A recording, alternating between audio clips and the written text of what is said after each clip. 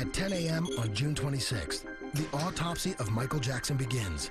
3 hours later, LA's chief medical examiner issues a statement. There was no indication of foul play. The medical examiner has ordered additional testing. Those tests will take approximately 4 to 6 additional weeks.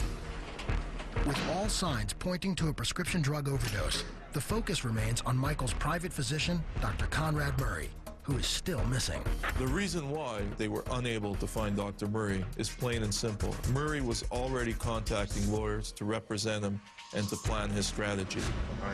The following day, Murray and his lawyer agree to meet privately with detectives to give his statement. He laid out everything that had happened, not just that day, but in the 6 weeks leading up to Michael Jackson's death. He said that Michael Jackson had told him that he regularly used propofol and needed it to fall asleep. And Dr. Murray had been giving him quantities of it every night for 6 weeks, and then became concerned that he was becoming addicted to it. So that night, he had essentially given him substitute. Though his lawyers will later claim Murray made unspecified mistakes recounting his timeline, this is what he tells police. Starting at 1:30 a.m., he gave Michael a Valium. 30 minutes later, Michael was still awake, so he administered the sedative Ativan via IV. For the rest of the night, Murray alternated between doses of Ativan and another sedative, Versed, every few hours. Still, nothing worked. And then at that point, they had said that Michael Jackson asked for what he called his milk. And at about 10:40 that morning, after much begging and pleading, Dr. Murray had relented and given him a dose of propofol. Murray says he gave 25 milligrams diluted with lidocaine. It went straight into Michael's IV, and finally, he fell asleep. Murray explains that he continued to monitor Michael for roughly 10 minutes before heading to the bathroom, and that he was out of the room for 2 minutes maximum. You do not leave a patient who's on propofol. If something goes wrong with their heart or their breathing or whatever, you're there. To go to the bathroom for a few minutes is just mind-boggling.